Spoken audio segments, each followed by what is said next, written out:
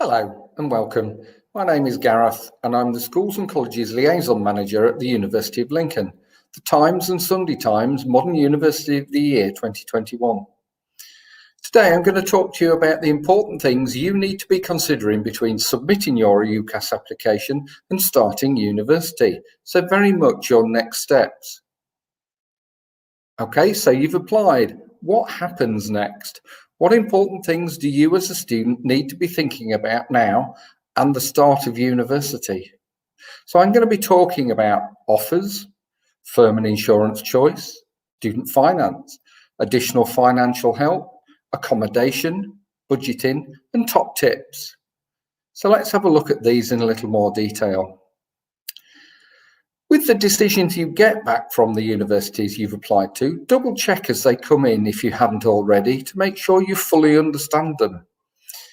If it's an offer, it should be conditional.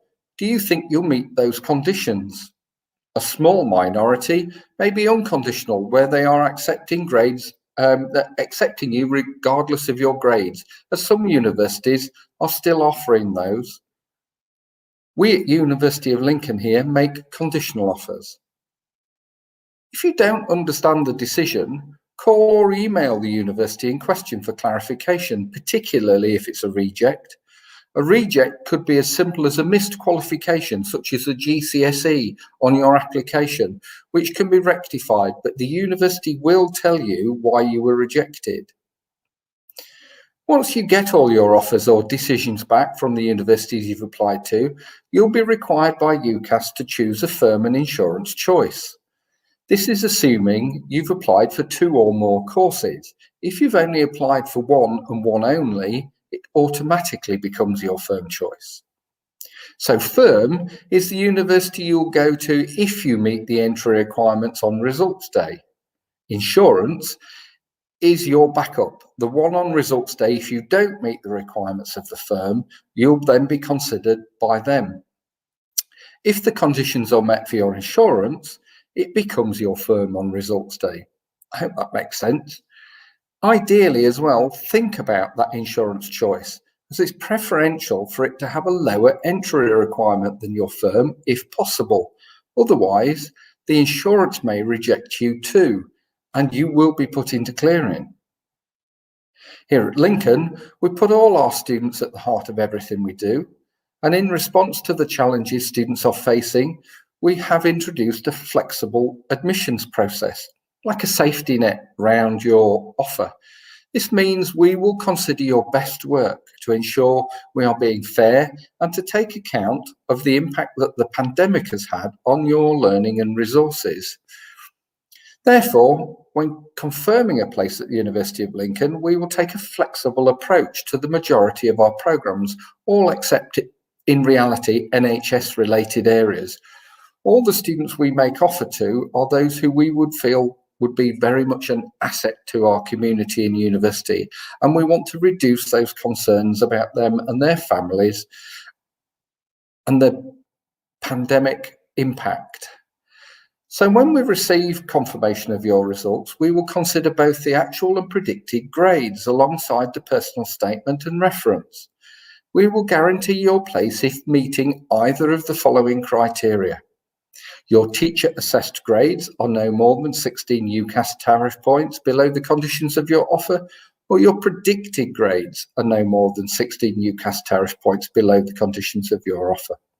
However, subject-specific requirements will still need to be met. If you've applied for more than 2 courses, after confirming firm and insurance, the rest are rejected by UCAS on your behalf. So you do need to keep a good eye on UCAS Track and check it on a regular basis. It's there that you will be informed of the date you need to make that firm and insurance choice. Miss that date, and UCAS will reject your offer by default. If this does happen to you, it's not the end of the world. The firm and insurance choices you were going to make will reinstate you. But I know from experience it's very stressful for you as a student and more work for the university. So keep a regular check on UCAS Track. Student finance is probably the second most important thing you'll need to do in going to university. The application cycle for 2021 has opened, so start applying. You don't need to wait until your firm and insurance choices are decided. Apply now. The loans are essentially two separate pots of money, but you apply for them both at the same time. You need to apply as quickly as possible as Student Finance England set a deadline. This year it's the 22nd of May. If you meet that deadline with all the information that Student Finance England needs, they guarantee to have your funding in place when you start your university. Why do I keep pushing start as quickly as possible? Because last year Student Finance England have told us that 50% of students left it until after that May deadline had passed before they started their application, and some were still waiting for their money in November of 2020.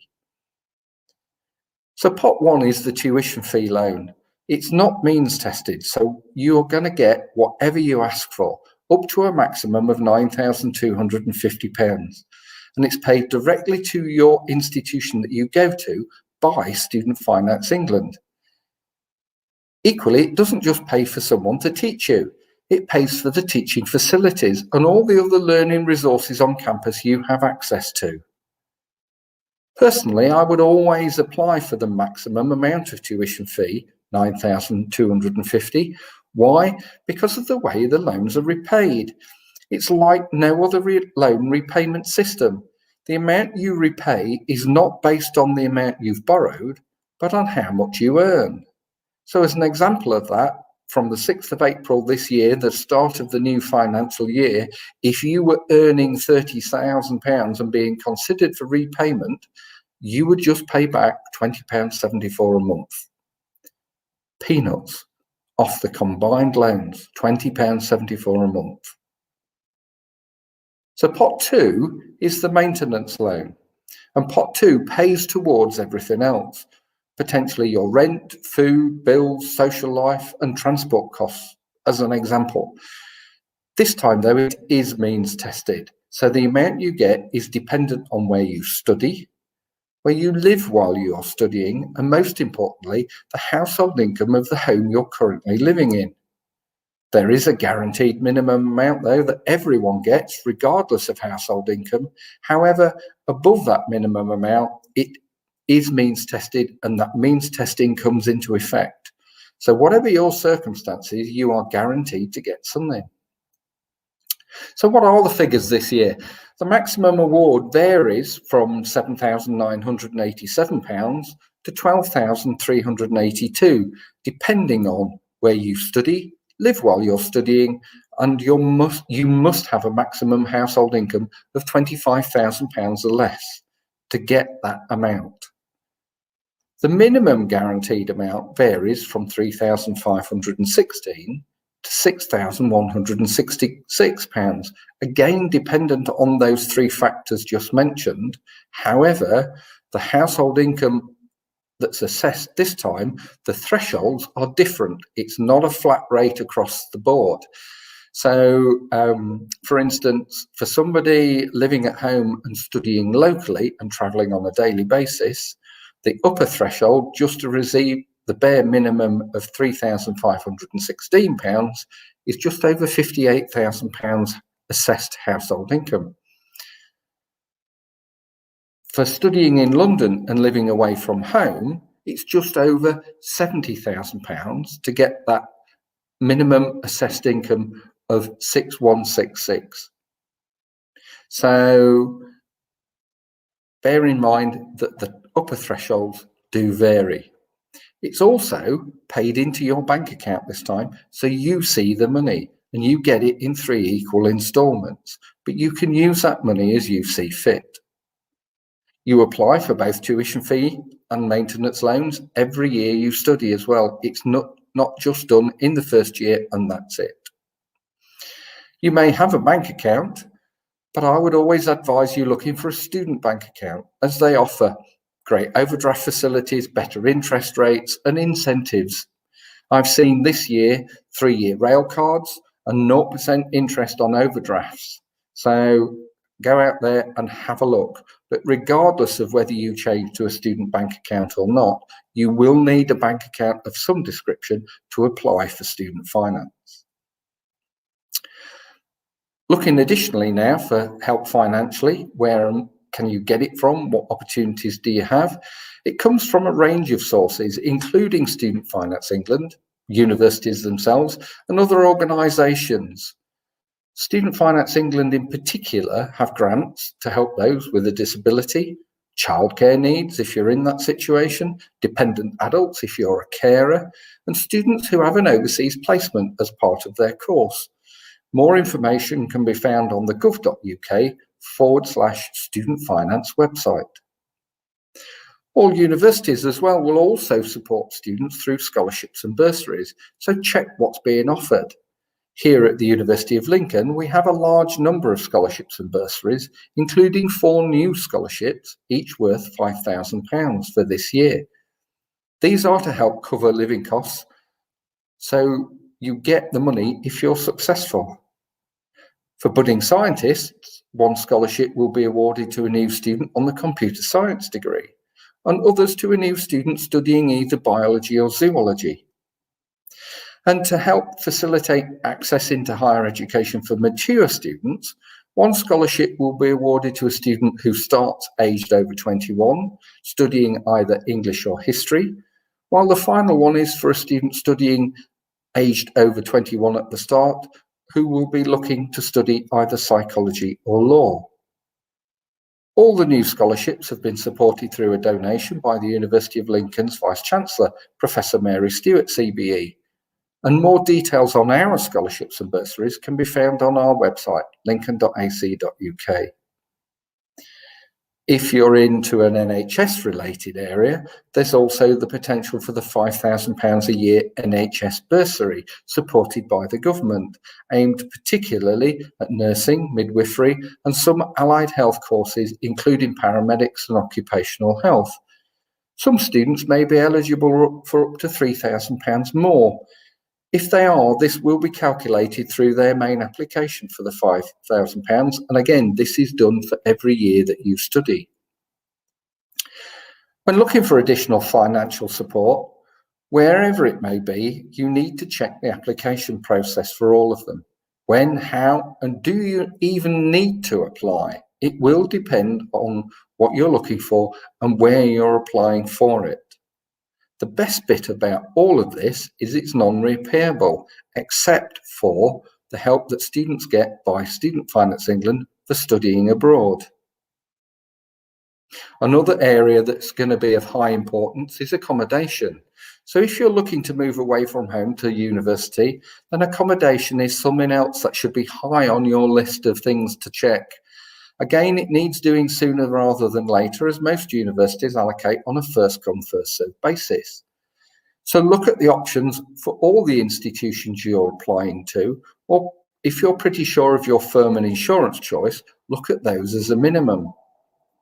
Application cycles for accommodation vary from university to university and can be quite competitive depending on the amount of accommodation that university has. It can also be competitive depending on what you want from your accommodation. So options around the UK include self-catered halls, half-board, full board, en-suite, or even shared housing. So whatever you're looking for, make sure that you apply in plenty of time. Here at Lincoln, we offer self-catered halls, and the vast majority of them being en-suite, and all are within easy walking distance of the campus. Whether you can apply for accommodation, though, may also be determined on the basis of making that university your firm and insurance choice. It certainly is at Lincoln. When you do make that choice, think about applying for accommodation at those universities straight away, or at least check when you can. Knowing exactly where you will live at university is important not just for you, but your family too. So at Lincoln, we know that finding the right place to live is an essential part of your experience. We aim to help all our new students find their home from home. This is why we're making a guarantee this year for new undergraduates joining us and starting in September 2021. We guarantee a room in university residence to all new students who apply to us for accommodation by the 1st of September this year. So you don't need to worry about finding a suitable room elsewhere, and all our university managed accommodation is covered by our residential warden scheme. Allocation of accommodation is not normally done by universities until results day, so it may be some time between you applying and hearing from your chosen university, other than them confirming that they've received your application. This is normal, don't panic, as universities cannot allocate generally until they know for sure that everybody is coming on results day. All I've talked about so far is really important, so you may benefit by making a to-do list or priority list or post-it notes, something to remind you that those deadlines and the things that you have to do, so that you can cross them off once you've done them. Another area that's important is budgeting. The vast majority of students, when they attend university, will only have a finite pot of money to live off. So before you go, it's worth spending time working out how much you will spend a week on or a month on rent, other bills, transport, food, social life, just getting you to think about budgeting. This is what the maintenance loan is there to help with specifically. If you're not sure what that loan is likely to be in terms of size, you can get a rough estimate using a student finance calculator. The gov.uk, Student Finance England, and Martin Lewis, the money saving expert websites, all have student finance calculators, but you've got to be honest about when you're putting that information in to give you a realistic idea of what you're likely to get, but it is only an estimate. Having done the budget dry run, if there's likely to be a shortfall between you and what you need and what you're likely to spend, how can you improve this to bring those odds back in your favour? Bank of mum and dad is one option, but certainly not open to all. A part-time job is another. There are normally plenty of opportunities to get a job once you've started university. Or if you already have a part-time job, can you transfer? Lots of big companies allow this to happen, and teaching is normally flexible enough to allow students to have a job too. Becoming part of a university's student ambassador scheme is another area to consider. Ambassadors assist with open days, on-campus visits, mail shots, external events, and much more. It's paid in one form or another. Certainly here at Lincoln, it's paid in cash, and is great for your CV and confidence and independence building. If you're sharing self-catered accommodation, rather than buy your own food, pool your resources when shopping. You'll all find it you need less money and it goes much further. Final one to consider is discounts. An NUS or recognised student card will get discounts wherever you go, up to potentially 25% off whenever you spend it and wherever you spend it, be it retail, cinema, restaurants and more. It saves you money. Travelling by train a lot as well. If you're going to do that, make sure you get a student rail card, 33% off. It can potentially pay for the card itself in one single journey. If you're going to do a lot of rail journeys, get a rail card. Just check and remember those additional funding opportunities too that I've mentioned already. Lots of ways you can get extra money. So my top tips. Planning the next steps, as we've looked at, is key for you in the run-up to starting university once you've applied, as there are so many deadlines that need to be hit and there will be consequences if you don't. Applying for finance, that potential additional support, firm and insurance choices, understanding your offers, and accommodation are the ones that are top priority and you need to be aware of in particular. And as I've said already, to-do lists are a great way of making sure that you hit those deadlines. Keep a regular check on UCAS Track, and that will tell you when you need to know about the progress of your applications and what you need to do next. Budgeting is that essential skill that you need to learn and learn quickly, not just for university, but the rest of your life too. It is an essential transferable skill. If you have that part-time job, is that transfer a possibility? Fast food chains, large retail shops and supermarkets are normally happy for students to do this, but plan ahead and ask in plenty of time. You should also never be afraid to ask a question of a university, no matter how silly or trivial it may seem. There are so many ways to do it. Here at Lincoln, you can ask through our social media accounts, live link-ups, email, phone, through Unibuddy direct to a student, and even post. Whichever way, we'll endeavour to answer as quickly as possible. Also, here at Lincoln, in common with many universities, we have a GP surgery on campus. It would be ideal for you to transfer surgeries from your local one when you get here, so that you've got it ready for when you start. Just in case you need that doctor quickly, so you're not thinking, oh, my doctor's miles away, what am I going to do? The doctor is on campus. Conversely, make sure you keep your own dentist, as we don't have one on site. Yes, there are emergency dental practices within the city if you need it, but I would always recommend keeping your own dentist. And finally, I can't stress enough, to have a smooth transition between now and starting university, it's all in the planning. Plan ahead, know what's coming up and what you need to do next, and it'll be fine for starting this coming September or October. If you don't, all sorts of problems lie ahead, I can guarantee it. Again, thank you for watching, and I hope you found this information helpful. If you have any questions regarding this presentation, please either email inquiries@lincoln.ac.uk or phone 01522 886644, and the team will do the best to answer them for you. Thank you for watching.